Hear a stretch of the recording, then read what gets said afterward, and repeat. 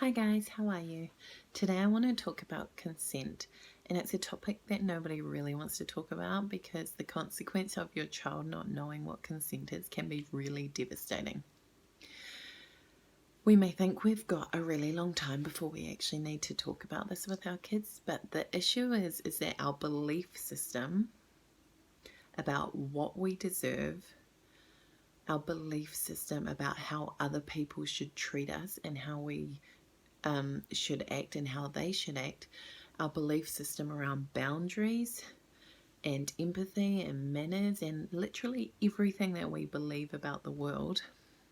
This happens between the age of 0 and 6.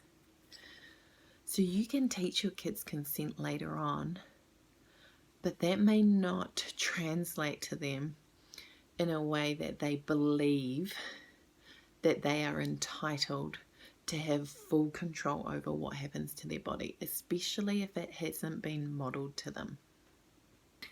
This is why it's so important to start really, really young when it comes to emotional intelligence and consent and boundaries and everything, because if you haven't learned that stuff before 6 years old, it's going to be very, very difficult for the rest of your life to try and integrate this into your life. So how can we teach our kids consent when they're so young? It starts with asking them simple things. Can I change your diaper? Can I have a hug? Can I have a kiss? Can we brush your teeth? Obviously they can't respond, and that's fine. Letting them know what's about to happen is just as good. So, going up to your child and being like, Mum's going to change your diaper now. That's at least a start. And the thing about asking our kids while they were young and they can't respond is that it sets us up and gets us into a habit of doing it, so that it's a lot easier when they do start communicating because we've had all that time to practice. It also sets us up in a way that we have modeled this for our friends and our family. They've seen us do it and they know that that's the expectation that we have of them for our child. So it shows them that we respect our children's boundaries, and that in turn means you must. Now, obviously, our kids then get to an age where their response is no. No, you can't change my diaper. No, I don't want to brush my teeth. When it comes to hygiene and safety, these are two things that can be overridden.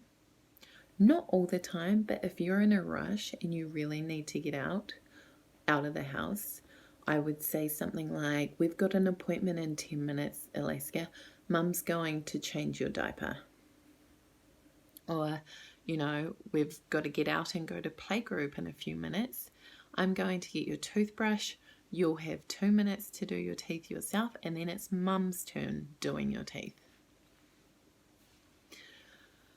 This gives them the option, but it also lets them know that we have boundaries and we do have things that we need to get done, and sometimes they can't have it their way.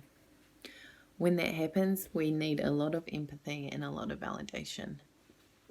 Now, this is where things get a little uncomfortable, so buckle up. The reason that we need to be doing this so young is because abuse happens at any stage. And I feel uncomfortable even bringing it up. But the earlier that your child can understand consent, the safer they will be. The other thing is anyone who's going to sexually abuse your child is not going to ask consent. If we also don't ask our kids for consent, the lines are going to be blurred. And what that means is they're not going to recognize the abuse. Because if mum and dad are just grabbing me, touching me, changing me, doing all this stuff without any worry about how I'm feeling, and then the stranger is doing it too, how are they meant to see the difference in that? If we give our children these options and we teach them consent and we model consent at every turn, there is a higher chance that if, God forbid, a pedophile or an abuser came in contact with your child, she would have more of a chance to understand that something is going on here that's not okay. Because mummy and daddy always ask me before they touch me, and this man didn't, or this woman didn't. And then that gives your child a chance to come back to you and say, so-and-so wouldn't stop touching me when I said no, which then alerts you to the behavior that's happening when you're not around. So if we're blurring the lines, we're going to make it easier for predators. It's that simple. And that is why it's so hard to talk about, and it's really hard to digest, but it's just so important. It's one of those conversations we have to have. Yeah. So give your kids a fighting chance against abusers. I just really want us to keep our kids as safe as possible and make it as difficult as possible for anyone to take advantage of our kids at any age. Thank you so much for taking the time to watch this video. See you later.